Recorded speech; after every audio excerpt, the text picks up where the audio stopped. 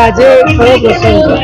આજે અહીં સંકલ્પ ભૂમિ વડોદરામાં હવે ઉભા છીએ અને આજે આ દિવસે ડોક્ટર બાબા સાહેબ આંબેડકરે એક સંકલ્પ લીધો હતો કે હું મારા સમાજને આ જે વિષમતાઓ છે એમાંથી દૂર કરીશ.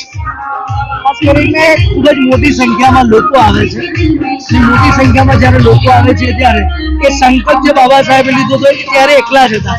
આજે આ બધામાં પણ એ સંકલ્પ ગુજી રહ્યો. શું કહેશો?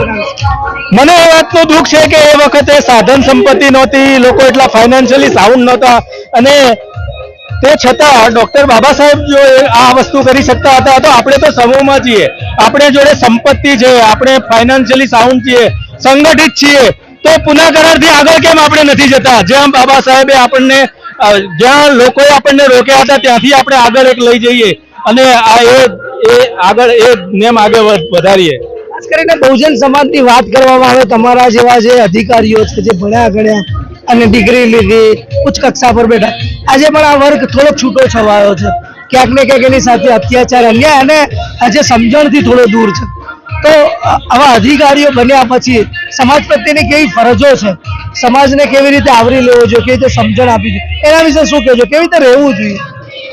ખરેખર બાબા સાહેબે કહ્યું હતું કે તમે સંગઠિત થાઓ અને સંઘર્ષ કરો, પણ જે સાચી દિશામાં સંઘર્ષ થવો જોઈએ એ થતો નથી. ક્યાંક ને ક્યાંક ભાગલા રહે છે. ક્યાંક બાબા સાહેબે એ પરિપ્રેક્ષમાં એવું કહ્યું હશે કે ભણેલા ગણેલાઓથી હું નારાજ છું, પણ એ દશકો હશે. કદાચ એ દશકા પછી અત્યારે ભણેલો ગણેલો વર્ગ ઘણો જાગૃત છે અને તેના થકી જ આપણે આગળ છીએ. તે ફાઇનાન્શિયલી સાઉન્ડ છે, તે આપણને સપોર્ટ કરશે, તે લીડ કરશે, તેને એડમિનિસ્ટ્રેશનની અનુભવ છે, તો તેને સાથે રાખીને અને સંગઠિત થઈને જો આપણે આ લડત આગળ વધારીએ તો હું માનું છું કે આપણે ચોક્કસ સફળ થઈશું.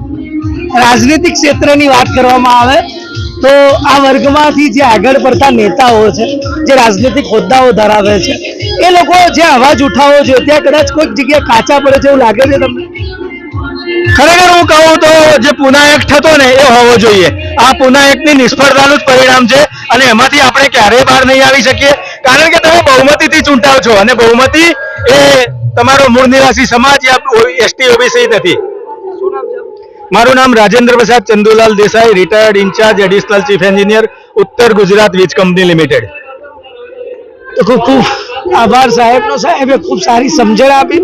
તો દર્શક મિત્રો, આવા તમે સમજી શકો છો કે બાબા સાહેબ ના લીધે, બાબા સાહેબના એક જે ભારત સમાનતાની વાત કરવાના લીધે આજે આ વર્ગમાંથી આવા ઓફિસરો ઉત્પન્ન છે, આવા રાજનેતાઓ ઉત્પન્ન છે, આવા લોકો જઈને બેઠા છે અને આજે પણ એ સમાજની નીવને એક કરવાના પ્રયત્નોમાં આજે પણ જોડેલા છે.